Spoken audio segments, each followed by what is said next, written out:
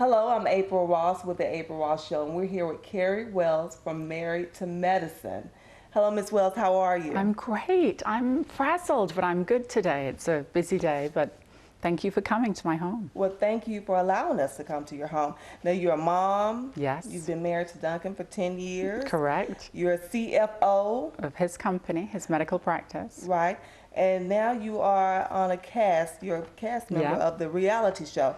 Now, how does this role affect the other roles? Well, the time during filming, it definitely took away from my time with my children, time at the practice. We've just purchased a medical building, so I was trying to fill that with tenants. So it was a lot. But now that we've stopped filming, I've been able to go back to my normal life, which is great.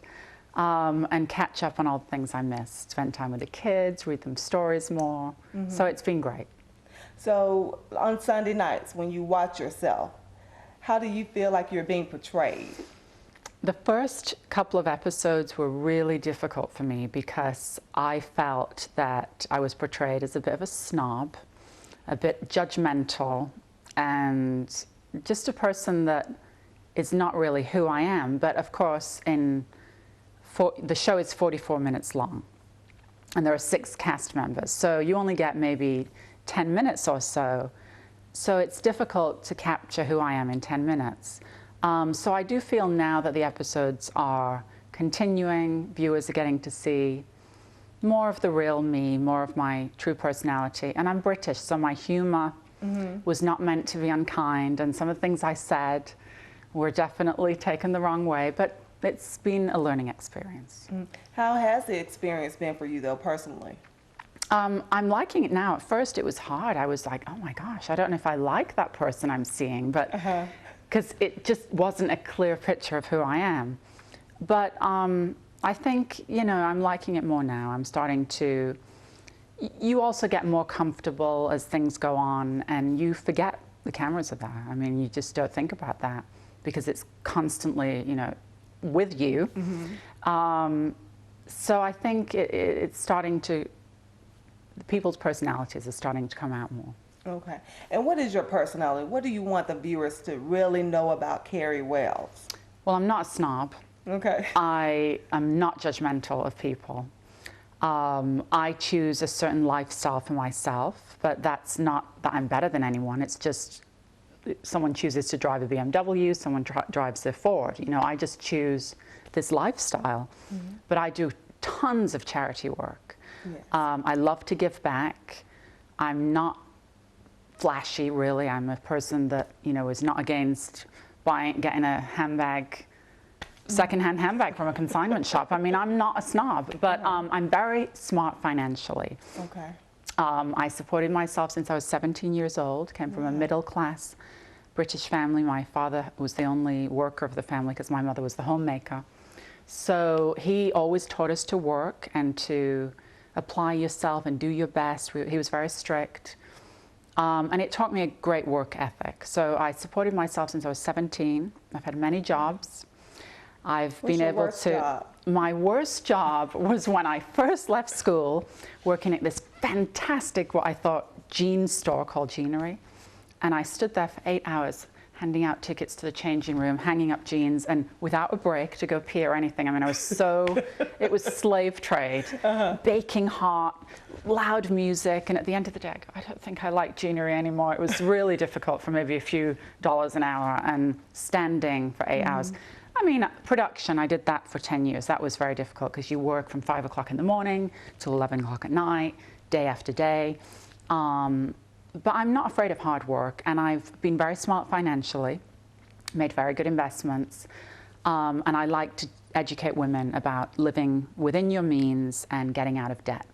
Wow. Yeah. Can you do a seminar on that? Well, I joined partners with my life coach. We have this thing called Girl Swag, which is about helping teens and young girls and inspiring them through middle school and high school. But my thing on my own was the business of living for women. And it's just, I coach people. I've been doing it for free, just to help women not to be, you know how we all love to dress and we all love to buy designer things and we all love to have a fabulous life. Well, my philosophy is have that, but don't do it before you've put away something for retirement, or put away something for a rainy day fund, or for an emergency fund if you lose your job or you get sick. Don't do it before you have health insurance. Don't do it before, basic things to help you through bad times. Because I think as a woman, you're particularly vulnerable. Women give birth, they have time off. They can't always work as a man can. They don't always earn the same financial salary as a man. And we're, predominantly the weaker sex, without being sexist, just from a physical standpoint.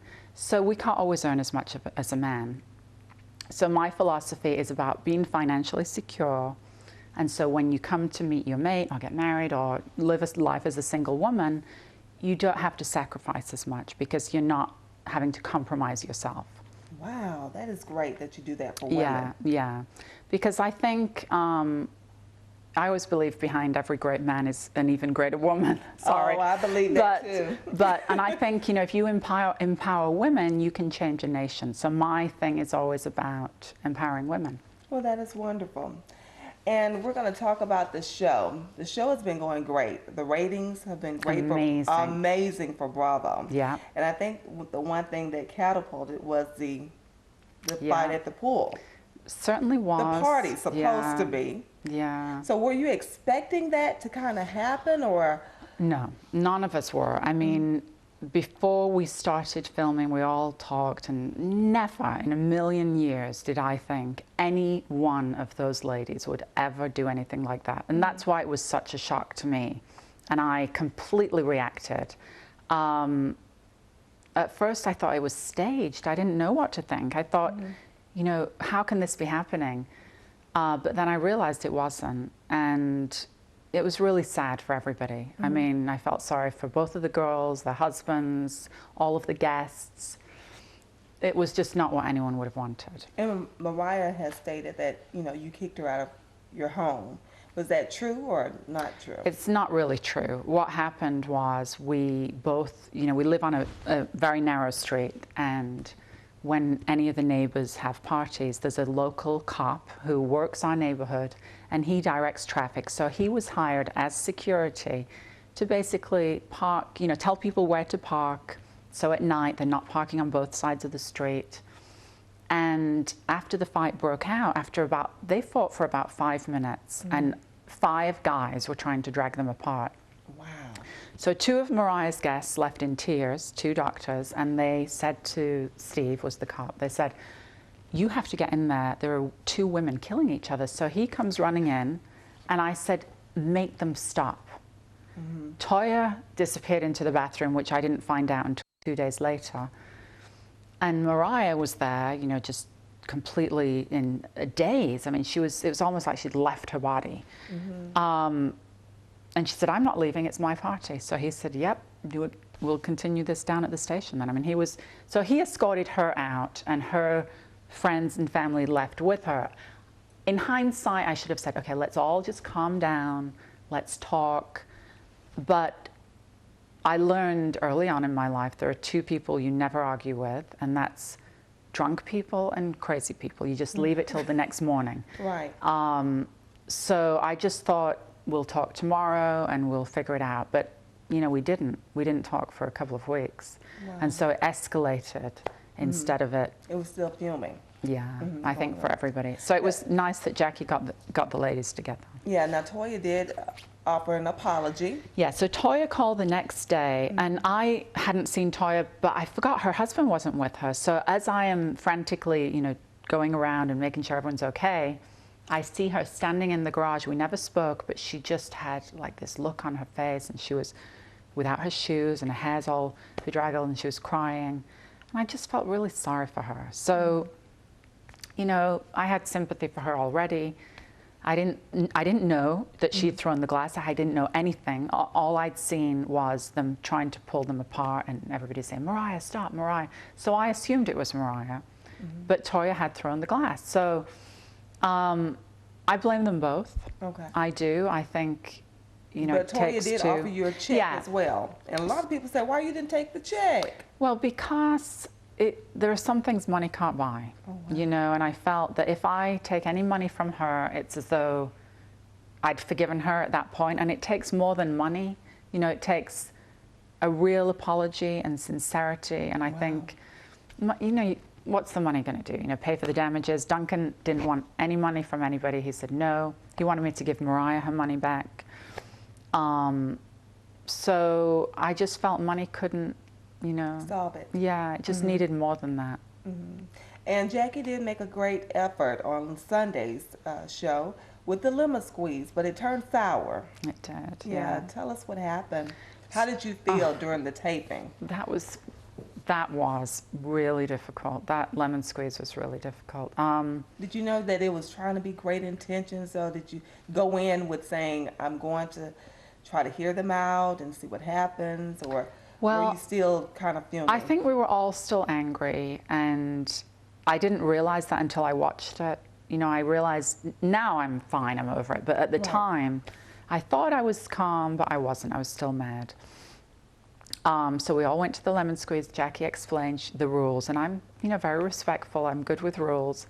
And I think what hurt me was Mariah comes in, she's immediately, you know, wanting wine. She doesn't want to listen to Jackie's rules. So I'm thinking, why are we here? You know, we're not all trying to achieve the same goal. So it did go sour. So after that, after Jackie walked out, what did you feel like? I felt really sorry for Jackie. I did, because she, you know, she's the peacemaker. She planned it. She thought about, her intentions were good. But, you know, it was something, I felt we made progress, but it wasn't all going to be solved that night. So where's your relationship now with Mariah at this point? Okay, I've forgiven Mariah completely. I have apologized to her for my part, because I did feel responsible for how it looked on the night of the party. I've apologized for any comments I've made that have been misconstrued. Mariah has a hard time forgiving people. You know, once you cross her, it seems like that's it. And I just, you know, I hope that she comes around. Are you looking forward for Bravo continuing your series of Married to Medicine? I think if they do, there'll have to be some changes, because I am, you know, I have a wonderful life, and I'm certainly not going to put myself in a position where I feel I'm bullied or picked on by another cast member. And I felt like that, and it's ridiculous. I'm a grown woman.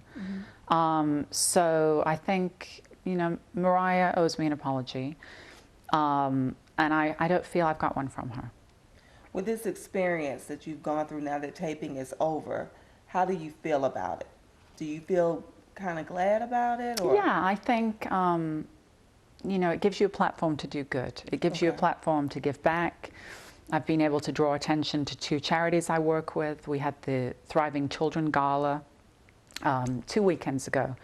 And, you know, it raised a lot of money, and I got to speak and invite a lot of people. And I hope that if nothing else, it was able to do something to give back. And it's definitely been something that I will, I've had joy and tears, you know, I've had laughter and tears, because there's been some moments that were so funny and some that were so difficult that it's shaping, you know, memories for a lifetime. Okay. And you're also an author. Let's talk about the book. Yeah. So my book, this is the soft cover. The Pink Monkey. But I wrote this for my children when they were really small. I have 4 stories that I wrote for them, but this is the only one I've published. And my stories are about just giving them a little inspiration or teaching them a lesson, like little parables. So this one was the one they loved the most. And it's about a cheeky little monkey that is a bit different to the other monkeys, and then everybody loves and accepts him, but at first they kind of make fun of him.